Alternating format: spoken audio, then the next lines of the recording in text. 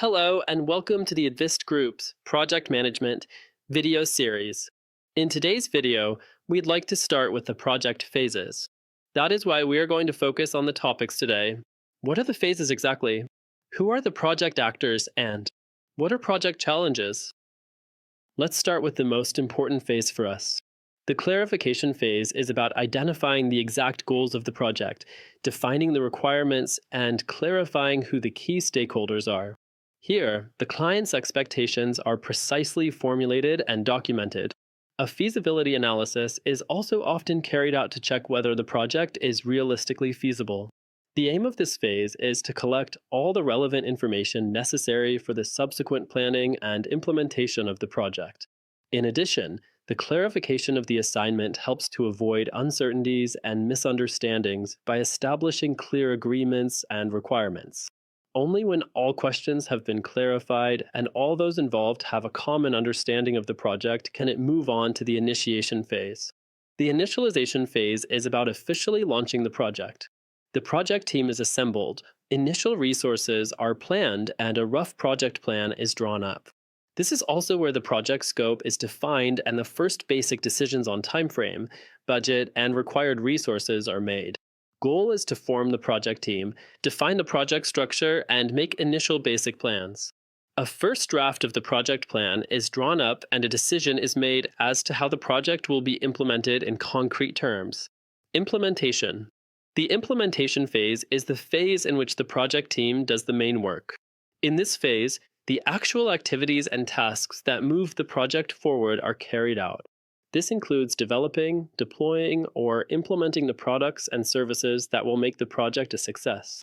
Important milestones must be reached and reviewed. The goal is the implementation of the planned tasks and measures to achieve the project goal. In this phase, the main product or result is developed and processed. Testing. After implementation, the product or solution is intensively tested in this phase. During the integration and acceptance tests, it is checked whether all systems or components work together and whether the final product meets the requirements and expectations of the stakeholders. Here, bugs are fixed and necessary adjustments are made. The objective is here to ensure that all systems or products function flawlessly and meet the original requirements. This is a period of intensive testing and verification. Pilot rollout and hypercare.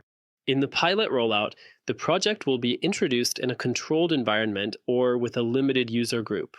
The goal is to test the product or solution in a real but limited environment. During the hypercare phase, special attention is paid to the solution to ensure that no serious problems or errors occur. There is intensive support and frequent checks to fix any weaknesses immediately. Goal is here to test the product in real operation and make sure everything runs smoothly before it is fully launched. During this phase, support is also intensified in order to resolve issues quickly. Project completion. At the end of the project is completed. This is where all outstanding tasks are completed. The final product is accepted and all project documentation is completed. The success of the project is assessed, and it is checked whether all project objectives have been achieved. The lessons learned are collected and the project team is disbanded. The goal is to successfully complete the project, clarify all open questions, and conduct a detailed debriefing. The project is formally completed and all data is archived. In the first 4 phases, the main work of a project takes place, as a result of which the fruits are harvested. In the first 4 phases, everything revolves around, for example, project planning and the use of resources, project organization, which is constantly changing in practice during the project, stakeholder management is an important element, as well as risk management. The better these building blocks are managed by the project team, the more successful the project will be. After we know the project phases and the rough contents, now let's move on to the project stakeholders and start with the project manager. He is responsible for the planning, coordination, and implementation of the project. It monitors progress and ensures that the project stays on time and on budget. Next up is the project team, those who actually do the work.